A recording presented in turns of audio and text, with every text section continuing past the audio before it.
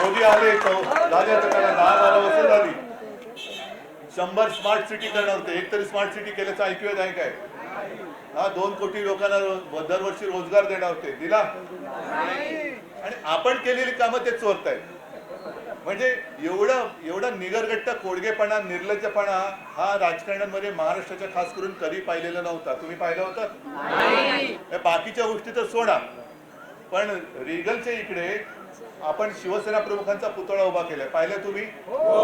हा पुतळा हा आपण उभा केलेला आहे. ती जागा आपण निवडली, त्या पुतळ्याचा खर्च आपण केला आणि विशेष म्हणजे त्या पुतळ्यावरती 2-2.5 वर्षाचे काम चाललं होतं, ते माझ्या देखरेखीखाली चाललं होतं. आता मिंदेनं लावलंय, हे आम्ही केलं. अरे तुम्ही चोरी केली ते सांगा ना.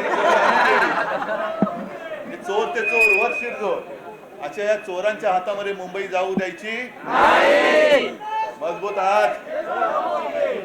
उमेदवार कोण? धर्मेंद्र काळे माहिती, त्यांची निशाणी काय?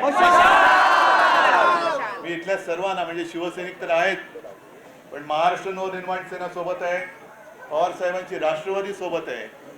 मी याही आधी सांगितलं होतं, जो महाराष्ट्र प्रेमी आहे, जो मुंबई प्रेमी आहे, त्यांनी आमच्या सोबत आहे. अगदी भाजपचा कार्यकर्ता असेल, हे आमच्या, तू जर मुंबई प्रेमी असशील, मराठी प्रेमी असशील, हे आमच्या सोबत आहे. अगदी उघड नाही आलं तरी मत देऊन जा,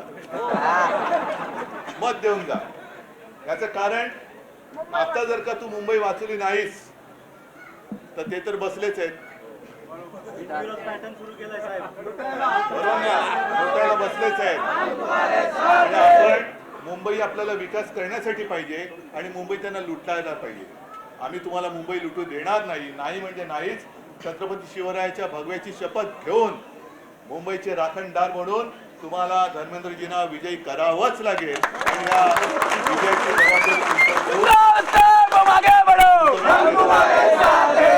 जय हिंद, जय महाराष्ट्र.